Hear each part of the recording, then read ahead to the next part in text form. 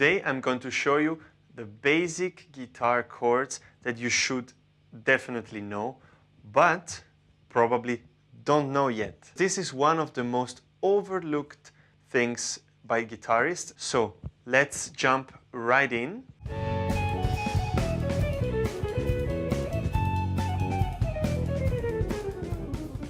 For a pianist that would be no big deal, but on the guitar it's very difficult to see all triads all over the fretboard in every inversion. So let's take the very basic variations of every major and minor chord.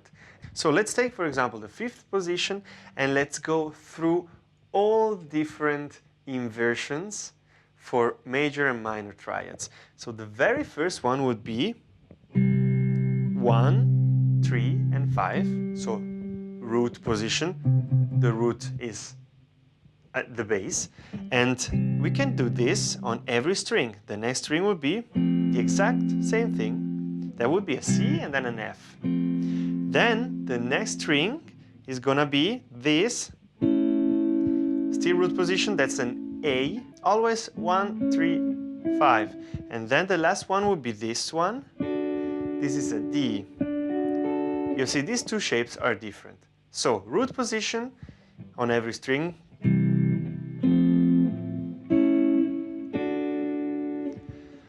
Now, we need to do the same thing for minors. And for minors, it's very easy. We just move the third a half step below. So this becomes this.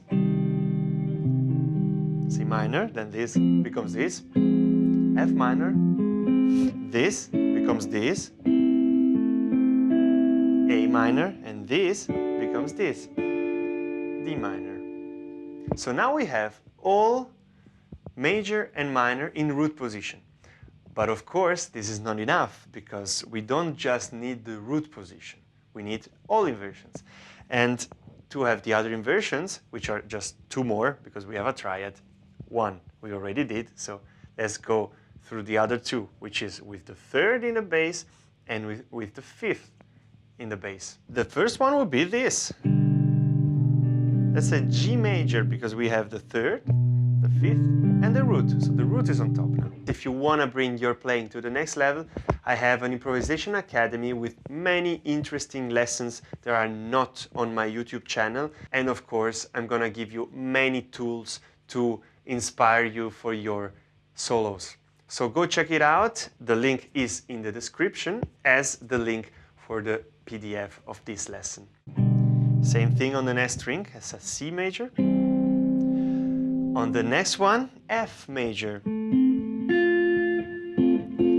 Root on top always, third in the bass, fifth in the middle. And then the last one, you probably already know this one, is, in this case, it's an A major, and we have 3, 5, 1. Now, same thing, minor. So that means that we move the third, G minor, C minor.